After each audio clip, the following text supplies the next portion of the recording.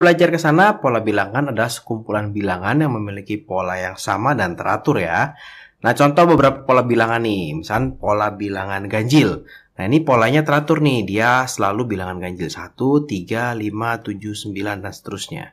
Dia punya rumus. Rumusnya adalah UN ya, atau suku ke N. Jadi, UN, nah ini adalah suku ke N ya. Jadi kalau U1 ini adalah berarti suku pertama. Berarti kalau U3 ini berarti adalah suku ketiga gitu ya. Nah, kemudian pola bilangan genap 2, 4, 6 dan seterusnya. Ada pola bilangan segitiga 1, 3, 6, 10, 15 dan 21 gitu ya. Ada pola bilangan persegi atau pola bilangan kuadrat. Ada juga persegi panjang. Oke ya. Ini beberapa contoh pola bilangan yang ada gitu ya. Nah, terus gimana sih cara menentukan suku suatu pola bilangan? Nah, sebetulnya ada dua cara nih. Di video kali ini kita akan belajar satu cara. Di video berikutnya kakak akan mengajarkan cara yang lain. Gitu ya. Untuk menentukan suatu suku tertentu pada suatu pola bilangan, kita bisa menganalisa nih ya secara sederhana. Nah, jika sudah terlalu sulit, maka kita akan menentukan rumus suku ke N-nya. Gitu ya.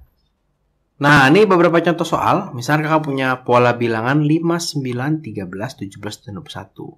Nah, kita mau mengisi nih 3 angka setelahnya, apa sih angkanya gitu ya.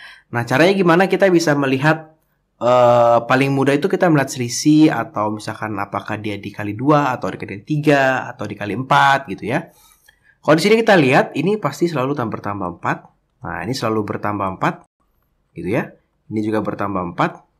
Nah, ini juga bertambah 4. Nah, artinya suku berikutnya juga pasti ini bertambah 4. Berarti 25.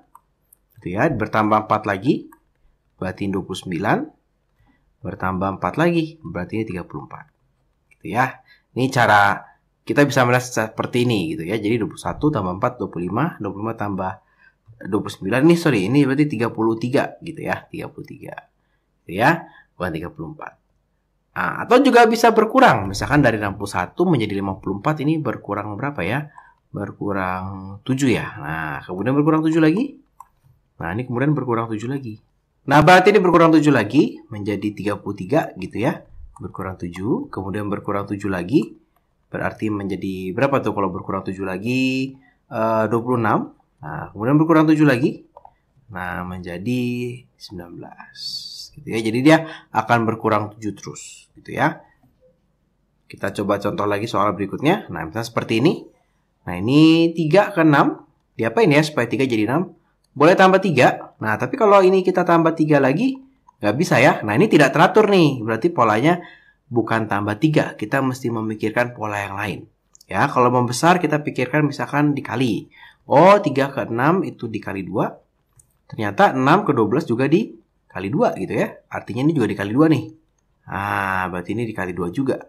Berarti 48 kita kali 2 menjadi 96 gitu ya. 96 kita kalikan 2 menjadi berapa nih? 192. Kemudian kita kalikan 2 lagi menjadi 384. Nah, gitu ya. Jadi bisa tambah, bisa kali. Tapi polanya pasti teratur, pasti sama terus.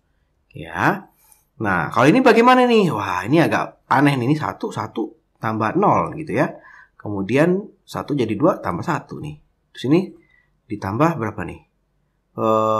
Tambah 1 lagi. Ini kemudian tambah 2 lagi. Nah, ini polanya agak sedikit unik gitu ya. Nah, ini kakak mau memperkenalkan, ini namanya adalah pola bilangan Fibonacci. Nah, bilangan Fibonacci itu apa sih? Nah, ini kalau kalian ketemu pola seperti ini agak sedikit aneh gitu ya. Kalau kita lihat, angka 2 ini didapat dari 1 tambah 1 gitu ya. Nah, angka 3, nah ini didapat dari 2 tambah 1. Nih, oke ya.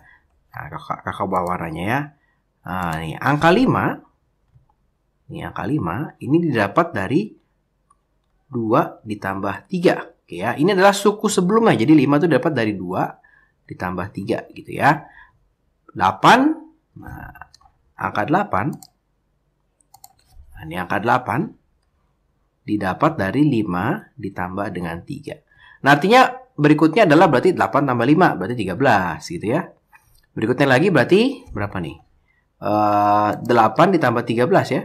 Nah, berarti berikutnya lagi adalah 8 ditambah dengan 13. Artinya berapa? 21. Nah, yang terakhir berarti 13 ditambah 21. 34. Ya. Nah, itu cara menentukan suatu suku dari pola bilangan. Itu kita bisa melihat dari polanya apa sih dari suku pertama menjadi suku kedua, menjadi suku ketiga. Itu apa sih yang terjadi dengan suku-suku tersebut, dengan angka-angka tersebut gitu ya. Kemudian kita teruskan saja.